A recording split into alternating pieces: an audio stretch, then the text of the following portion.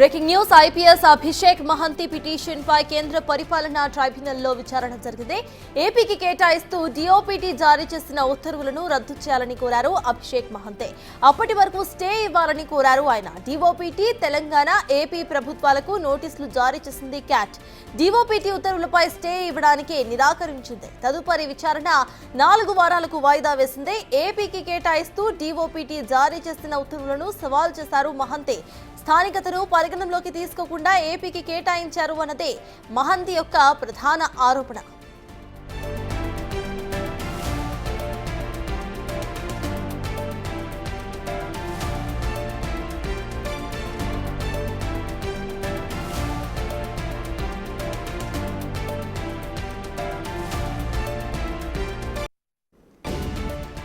IPS Abhishek Mohanty petition పై కేంద్ర పరిపాలనా ట్రైబ్యునల్లో విచారణ జరిగింది. ఏపీకి కేటాయిస్తూ డిఓపిటి జారీ చేసిన ఉత్తర్వులను రద్దు చేయాలని కోరారు అభిషేక్ మహంతి. అప్పటి వరకు స్టే ఇవ్వాలని కోరారు ఆయన. డిఓపిటి తెలంగాణ, ఏపీ ప్రభుత్వాలకు నోటీసులు జారీ చేసింది క్యాట్. డిఓపిటి ఉత్తర్వులపై స్టే ఇవ్వడానికి నిరాకరించింది. తదుపరి విచారణ 4 వారాలకు వాయిదా వేసింది. అయితే ఏపీకి కేటాయిస్తూ డిఓపిటి జారీ చేసిన ఉత్తర్వులను సవాలు చేశారు మహంతి.